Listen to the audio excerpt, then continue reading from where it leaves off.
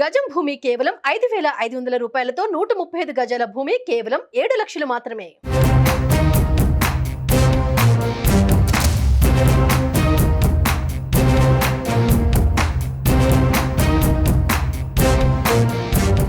తెలంగాణలో 10 ఏళ్ల తర్వాత అసెంబ్లీ సమావేశాలు హాట్ గా కొనసాగుతున్నాయి. అధికార పక్షం విపక్షం మధ్య వాడివేడి చర్చ కొనసాగుతోంది.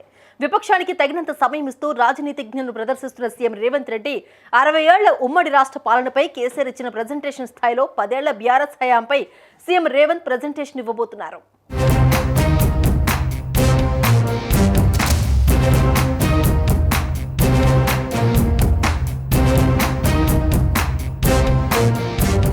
తెలంగాణలో బీఆర్ఎస్ ప్రభుత్వం ఏర్పడ్డాక 2016లో తెలంగాణ సీఎంగా కేసీఆర్, రాష్ట్రం ఏర్పడినప్పటి ఉన్న పరిస్థితులు, సాగునీటి రంగం ఎలా ఉంది, బీఆర్ఎస్ ప్రభుత్వ లక్ష్యాలేంటి అనే వివరాలతో శాసనసభలో పవర్ పాయింట్ ప్రెజెంటేషన్ ఇచ్చారు.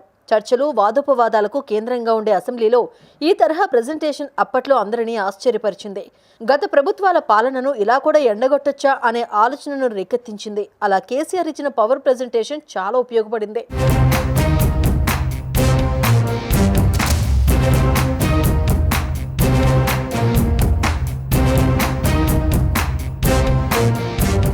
కట్ చేస్తే ఇప్పుడు ప్రభుత్వం మారింది.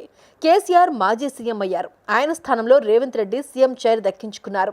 అప్పట్లో కేసీఆర్ ఇచ్చిన రీతిలోనే ఇప్పుడు బీఆర్ఎస్ ప్రభుత్వం చేసిన అప్పులు, ప్రాజెక్టుల నిర్మాణాల్లో వైఫల్యాలు, ప్రస్తుత రాష్ట్ర ఆర్థిక పరిస్థితి, దానిని అధిగమించేందుకు తీసుకోవాల్సిన చర్యలను అసెంబ్లీలో పవర్ పాయింట్ ప్రెజెంటేషన్ ఇవ్వనున్నారు రేవంత్. 60 ఏళ్ల ఉమ్మడి రాష్ట్ర పాలనపై కేసీఆర్ ఇచ్చిన ప్రెజెంటేషన్ స్థాయిలో 10 ఏళ్ల బీఆర్ఎస్ హయాంపై రేవంత్ ఇవ్వనున్న ప్రెజెంటేషన్ కూడా ఆసక్తికరంగా మారింది.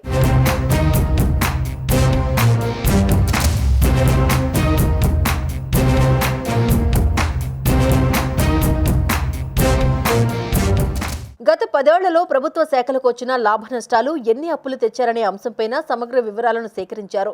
అప్పుల్లో ఎంత మేర చెల్లింపులు చేశారు, ఇంకా ఎంత చెల్లించాల్సి ఉందనే విషయాలను ఆరా తీశారు. శ్వేతపత్రాలు విడుదల సందర్భంగా వీటిని ప్రస్తావించనున్నారు. కాళేశ్వరం ప్రస్తావన ఖచ్చితం. అసెంబ్లీలో పవర్ పాయింట్ ప్రెజెంటేషన్లో కాళేశ్వరం ప్రాజెక్టులోని మేడిగడ్డ బ్యారేజీ పియర్లు కుంగడం సహా నీటిపారుదల శాఖపై సవివరంగా ప్రెజెంటేషన్ ఇవ్వనున్నారు. పియర్ల పునర్నిర్మాణంపైన స్పష్టతనివ్వనున్నట్టు సమాచారం. తెలంగాణ అప్పులు 5 లక్షల కోట్లు అంటున్న నేపథ్యంలో ఆర్థిక శాఖపైన సీఎం ఏం చెబుతారనే ఆసక్తి నెలకొంది. రాష్ట్రం ఏర్పడే నాటికి ఉన్న ఆర్థిక పరిస్థితి మొదలుకొని ప్రస్తుతం కాంగ్రెస్ ప్రభుత్వం ఏర్పడే నాటి వరకు జరిగిన ఆర్థిక లావాదేవీలు, గత ప్రభుత్వం చేసిన అప్పులన్నిటిపై సవివరంగా ప్రెజెంటేషన్ ఇవ్వనున్నట్టు తెలుస్తోంది.